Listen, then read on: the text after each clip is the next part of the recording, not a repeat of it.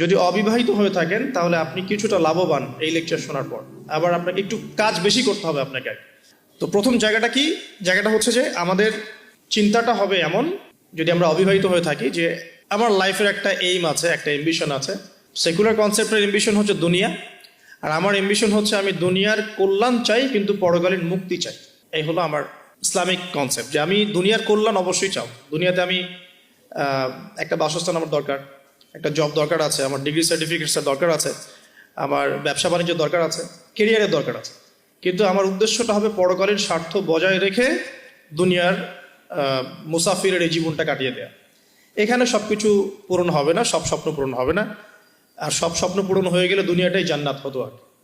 আর দুনিয়াতে সব কিছু পাওয়া যাবে না বলেই এটা দুনিয়া। দুনিয়ার কোনো কিছু স্থায়ী নয়, এখানকার সুখও স্থায়ী নয়, এখানকার কোনো কষ্টও কিন্তু স্থায়ী নয়। যে কোনো সিচুয়েশনই পড়ি না কেন চিন্তা করবো যে এটা স্থায়ী নয়, এটা চলে যাবে, হোক কষ্ট অথবা সুখ। আর এর এক্সাম্পল তো নবী সাল্লাল্লাহু আলাইহি ওয়াসাল্লাম দিয়েছেন ওই যে মৃত গাধার সাথে। তোমরা কি কেউ 1 দিরহামের বিনিময়ে এই গাধা ক্রয় করবে? সাহাবীরা বলেছেন যে 1 দিরহাম কেন, বিনামূল্যে দিলেও কেউ ক্রয় করবে না। তো আল্লাহ রাব্বুল আলামিনের কাছে দুনিয়ার মূল্য এতটুকুই। অন্য হাদিস এসেছে যদি একটা মাছির দানার পরিমাণও মূল্য থাকতো দুনিয়ার আল্লাহর কাছে, আল্লাহ পাক কাফের মুশরিকদেরকে 1 ফোঁটা পানি পান করতে দিতেন না।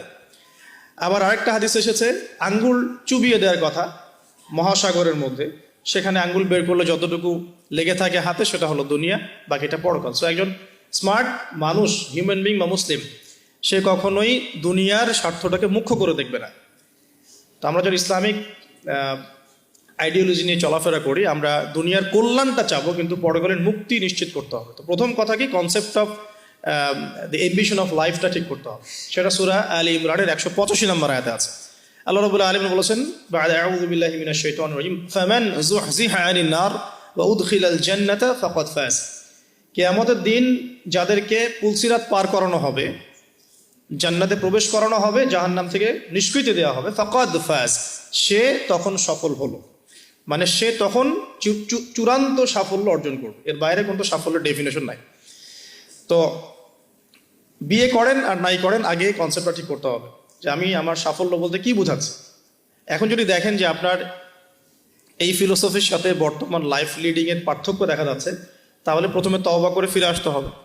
এবং তওবা করার জন্য শুধু মুখ থেকে আস্তাগফিরুল্লাহ ওয়া আতুবু ইলাইহি পড়া যথেষ্ট নয়। খালেসভাবে, একনিষ্ঠভাবে অজু করে, সালাত আদায় করে, চোখের পানি ঝেড়ে দিয়ে আল্লাহ রাব্বুল আলামিনের কাছে রাতের অন্ধকারে বলতে হবে, আস্তাগফিরুল্লাহাল্লাযী লা ইলাহা ইল্লা হুয়াল হাইয়ুল কাইয়্যুম ওয়া আতুবু ইলাইহি। অথবা আল্লাহুম্মা আনতা রাব্বী লা ইলাহা ইল্লা আনতা খালাকতানি আনা আবদুক ওয়া আনা আলা আহদিক ওয়া ওয়া'দিকা মাস্তাতা'তু আউযু বিকা মিন শাররি মা সানা'তু আবু'ু লাক বিনি'মাতিকা আলাইয়া ওয়া আবু'ু বিযানবি ফাগফিরলি ফাইন্নাহু লা ইয়াগফিরুয যুনুবা ইল্লা আনতা। এখন তো প্রোটেস্ট্যান্ট ভার্সনের যুগ, এই কারণে আধ্যাত্মিকত্ব, মাআরিফত এগুলো মানুষ খুব একটা বোঝে না। এই কারণেই আলী রাদিয়াল্লাহু আনহুর একটা কথা পড়ে আসলাম, সেটা হচ্ছে তিনি বলছেন, তাকে বলা হচ্ছে শেষ জীবনে গিয়ে যে আপনার কি কোনো কষ্ট আছে জীবনে? আপনার কি জীবনে কোনো কষ্ট আছে? কারণ তার জীবনটা কিন্তু ঈর্ষণীয় জীবন।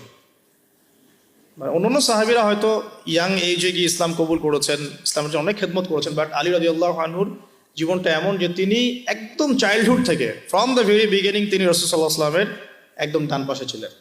এমন কোনো ব্যাটল আপনি দেখবেন না, মানে আমি গাজওয়ার কথা বলছি, সারিয়া না, গাজওয়ার কথা বলছি, যে আলী রাদিয়াল্লাহু আনহুর পাশে নাই, এমন কোনো গাজওয়া আপনি পাচ্ছেন না। এমনকি তিনি জ্ঞানে, আমলে, আধ্যাত্মিকত্বে একজন সমৃদ্ধ মানুষ ছিলেন। তাকেও শেষ বয়সে খারেজিদের হাতে নিহত হতে হয়েছে। তো তাকে বলা হচ্ছে আপনার কি কোনো কষ্ট আছে জীবনে?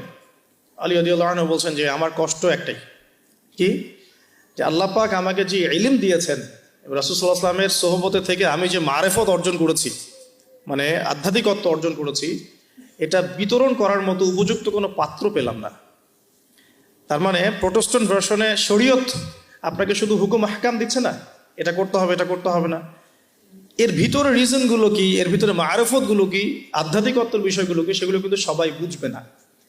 এই কারণে আসলে মারেফতের কথাগুলো সবার সামনে বলাও ঠিক না, হয়তো জাহেলরা সেগুলো বুঝতে পারবে না। তো আসুন যেখান থেকে আলোচনা শুরু করেছি ওখানে ফিরে যাই, যে আমরা আমাদের লাইফের এইমটাকে ঠিক করে তওবা করে ফিরে আসবো। তওবা করে ফিরে আসলে পরে শুধু প্রোটেস্ট্যান্ট ভার্সনে মুখে মুখে আস্তাগফিরুল্লাহ পড়াটা যথেষ্ট না, মন থেকে ফিল করতে হবে এবং জীবনের যে পাপগুলো আমি করে এসেছি এগুলোকে রিকভার করতে হবে। যদি আপনি জেনা করে থাকেন, ছেড়ে দিয়ে ফিরে আসতে হবে, সারা জীবন আমল করে প্রমাণ করতে হবে যে আপনি আল্লাহ পাকের অনুগত বান্দা। শুধু মুখে বলা যথেষ্ট নয়। আপনি মাদক সেবন করে থাকেন, তওবা করে ফিরে আসতে হবে, এসে আল্লাহর কাছে প্রমাণ করতে হবে যে হ্যাঁ আমি আল্লাহ, তুমি আমাকে চান্সটা দিয়েছো, আমি এটাকে হেলায় নষ্ট করব না, আমি নিজেকে তোমার কাছে প্রমাণ করে দেবো ইনশাল্লাহ যে আমি তোমার বান্দা। এভাবে প্রত্যেকটা পাপ, সুদ খেয়েছেন, অন্যের সম্পদ আত্মসাৎ করেছেন, হারাম টাকা থাকলে ফেরত দিতে হবে, আত্মসাৎ করে থাকলে ফেরত দিতে হবে, ঠিক আছে, অন্যের হক নষ্ট করলে সেটা ফেরত দিতে হবে। মুখলেসভাবে তাওবাতে নসুহা মানে কি? একনিষ্ঠভাবে তওবা করা, ওই পাপ ছেড়ে দেয়া, ভবিষ্যতে সেই পাপে পুনরাবৃত্তি না করা। ইনকেস যদি হয়েও যায় তাহলে আবার 2 রাকাত নামাজ পড়ে আবার আল্লাহকে বলা, রব্বি ইন্নী আযনাবা যামবান আখরা ফাগফিরলি, হে আল্লাহ আমি আবার সেই গুনাহ করে ফেলেছি, আমাকে মাফ করে দাও। সো তওবাটা খুব important. Both sisters and brothers সবাইকে বলছি যে আমরা সবাই পাপী, প্রত্যেকদিন মিনিমাম 100 বার করে তওবা করার অভ্যাস করে তুলতে হবে এবং এটাকে ফিল করা। আমি বারবার বলি ইহসানের সাথে। এখনকার ইবাদত বন্দেগীর মধ্যে ইহসান নাই, সবার নাই, খুব অল্প কিছু মানুষের আছে। ইহসান হচ্ছে আন তা'বুদাল্লাহা কাআন্নাকা তারাহ, তুমি এমনভাবে আল্লাহর ইবাদত করবে যেন তুমি আল্লাহকে দেখতে পারছো। ওয়া ইল্লাম তাকুন তারাহু ফাইন্নাহু ইয়ারাক, তুমি যদি আল্লাহকে দেখতে না পাও, বিশ্বাস রাখবে, জেনে রাখবে যে আল্লাহ পাক তোমাকে দেখছেন। এই মারিফত নিয়ে সবাই ইবাদত করছে না। যদি করতোই তাহলে নামাজ পড়ে বের হয়ে আবার সুদ খেতে পারতো না। যদি মানুষ এটাই করতো তাহলে তাহাজ্জুদ পড়ে আবার সকালবেলা কি গার্লফ্রেন্ড বয়ফ্রেন্ড ডেটিং করতে যেতে পারে না। তো মারিফতের ঘাটতি আছে। আর মারিফত অর্জন হয় কখন? যখন আল্লাহ নূর কলবে আসে। আল্লাহ নূর কখন কলবে আসে? যখন হৃদয়টা পরিচ্ছন্ন হয়। যে হৃদয়ের মধ্যে হিংসা, বিদ্বেষ, অহংকার, পরশ্রী কাতরতা আছে, সেখানে আল্লাহ নূর আসার কোনো প্রশ্নই ওঠে না। যেখানে আল্লাহ নূর নাই, সে আলো দেখবে কিভাবে? সে অন্ধকারের পথ চলবে কিভাবে? সে কিভাবে ঘ্রাণ পাবে? ঘ্রাণ পাওয়ার তো প্রশ্নই ওঠে না, কারণ কলবে তো নূর নাই। আল্লাহ পাক তো সবাইকে সবকিছু দিবেন না। তো এখন আসুন যে আমরা যদি তওবা করে ফিরে আসতে পারি, এখন আমি আমার লাইফটাকে গুছিয়ে নিব। লাইফটা গুছাতে গেলে আমার লাগবে এডুকেশন। এখন আমার এডুকেশন সেক্টর যেটাই হোক, আমাকে ইসলামিক এডুকেশন আবার শিখতে হবে। এর বেসিক যে সিলেবাসটা আছে এটা আমাকে কভার করতে হবে। কিভাবে করবেন এটা আপনার চ্যালেঞ্জ। এটা আপনি মাদ্রাসায় পড়তে পারেন, আপনি ইসলামিক ইউনিভার্সিটিসগুলোতেও পড়তে পারেন, বা আপনার যে সেকুলার ইনস্টিটিউশনে পড়ছেন সেখানে পড়েও প্রাইভেটলি যে কোনোভাবে হোক আপনাকে এটা কভার করতে হবে। এটা আপনার চ্যালেঞ্জ। এটা কিভাবে বাস্তবায়ন করবেন সেটা সিচুয়েশন ডিফার করবে, মানুষের সবার একরকম হবে না।